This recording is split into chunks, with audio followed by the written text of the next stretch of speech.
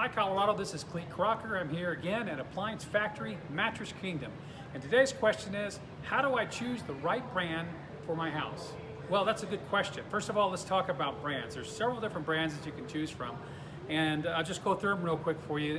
The most common brands we find in houses are GE's brand, GE Profile, GE Cafe, and their luxury brand, GE Monogram. There's Frigidaire, Frigidaire Gallery, Frigidaire Pro, its luxury brand, Electrolux.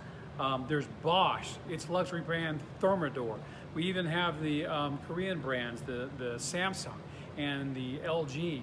I mean, there's tons of brands. Whirlpool has Whirlpool, Maytag, KitchenAid, and its luxury brand, Air. These are all great brands, and you can't go wrong with any one of these brands.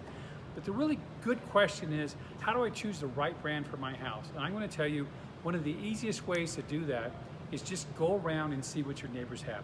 What's really important is trying to protect your resale value of your home. So if you're moving into a new home or you want to replace the appliances you have, you got to get out there and find out what's common in that neighborhood, because what's common in that neighborhood will help that house sell later on. You want to make sure that you don't underbuy. Let me give you an example. Some of the nicer brands, GE's luxury brand is called Monogram.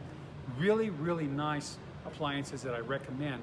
But what happens if you were to go in there and replace that brand with GE's GE Profile brand? Is it a great appliance? Yeah, it really is. But that will absolutely destroy your chances of selling that house quick. So it's really important that you do that. Now, should I get the least expensive brand if I have one of the lesser expensive houses? Well, that's really a personal choice at that point. Things to think about is the higher you go up in the brands, and I mentioned them earlier in this video in order of how the brands perceive themselves, you start to get into durable product. So for example, a Whirlpool is not as durable as a Maytag. Even though they're owned by the same company and produced by the same company, we have more longer lasting parts in a Maytag than we would in a Whirlpool. So that's something to consider. As you start to pay more for appliances, you do really get more durable parts. You also get better features. Things that are in the lesser expensive brands, you're going to see a lot of things where it's just, turn dials, like a dishwasher where you turn a dial. And you go up a little bit higher in the brand level, you start getting push buttons instead of turn dials, which wear out quicker. And then you start getting into more electronic controls, which makes things more precise. More precision means better cooking, better temperatures, and so on.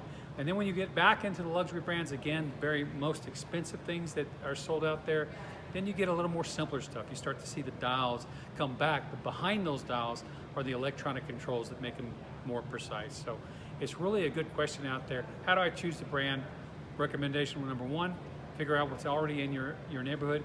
Recommendation number two, figure out how long you want your appliance to last to get more durable parts. And recommendation number three, figure out what feature packs you're willing to live without and ones that you really want to have. Your appliances is probably going to last you 8 to 10 years depending on which brand you get and what level of durability you get. My recommendation is get what you want now, because it's going to be a long time with regret. Thank you. Online or locally, save at ApplianceFactory.com. Click the link to learn more.